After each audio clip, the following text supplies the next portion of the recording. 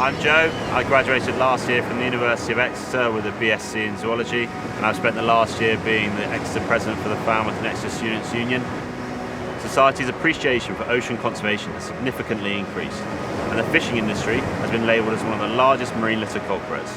Plastic fishing lines take 100 to 1,000 years to degrade, and ghost nets make up 20% of marine litter.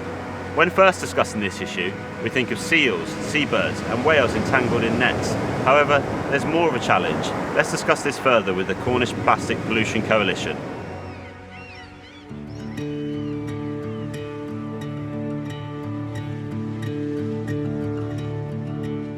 So my name's Claire. We're a group of over 50 marine conservation and beach cleaning organisations around Cornwall.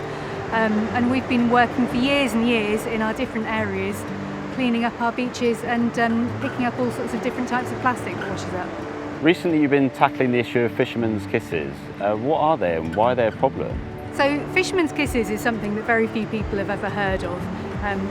This is a fisherman's kiss. Fisherman's kisses are small pieces of fishing net which are generally sort of lost accidentally while nets are being mended.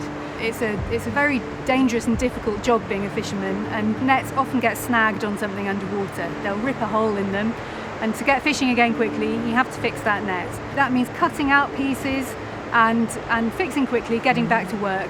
Often your decks can be awash with water, and so these little bits will very often get washed away into the sea. Might seem like a very small and insignificant thing, but in fact on our beaches around Cornwall this is by far one of the commonest things that we pick up. All the public campaigns about plastic reduction do seem to have had an effect on consumer use of plastic. We're actually seeing a lot less in terms of plastic bottles, takeaway rubbish, a lot of stuff like that. But while a lot of that other stuff has gone down, fishing waste doesn't seem to be declining as quickly. I don't think there's very much discussion about this at all. We all know the problem of whole nets when they become ghost gear, when they're lost or discarded at sea. This kind of stuff is much smaller, so obviously nothing's going to get entangled in this, but they are small enough to be ingested.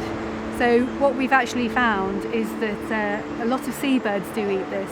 So they are undoubtedly having a huge impact on marine life, and there's too much of it out there. So what are you doing to drive action against this problem?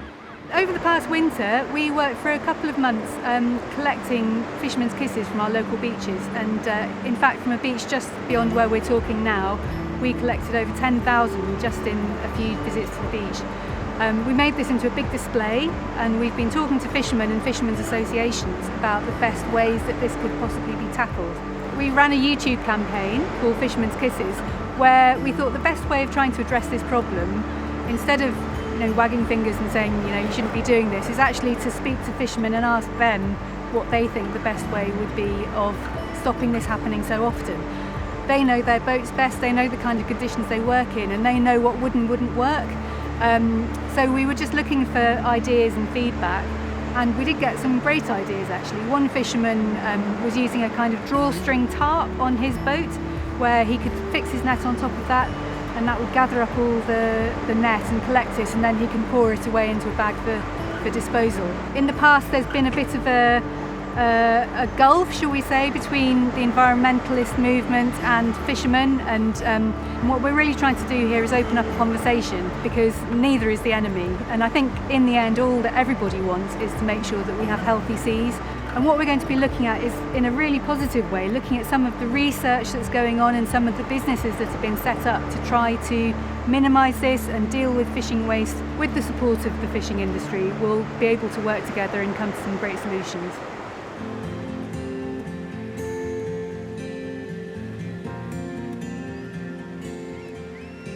I'm Claire, I work for Odyssey Innovation.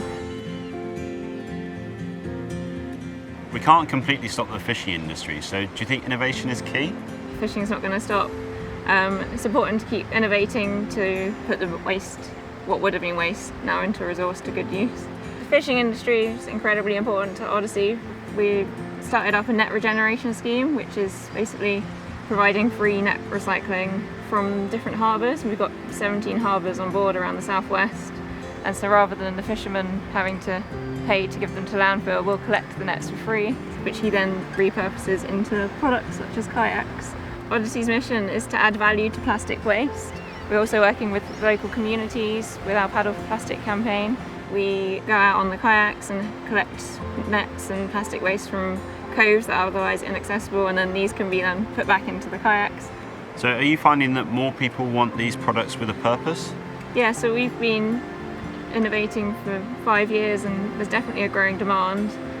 More people are aware of environmental issues, and I think the one important thing is transparency, so that people who are trying to support businesses doing this sort of thing know exactly the process from start to finish. That way there'll be a trust and people will be willing to pay for a product which has helped to reduce marine waste.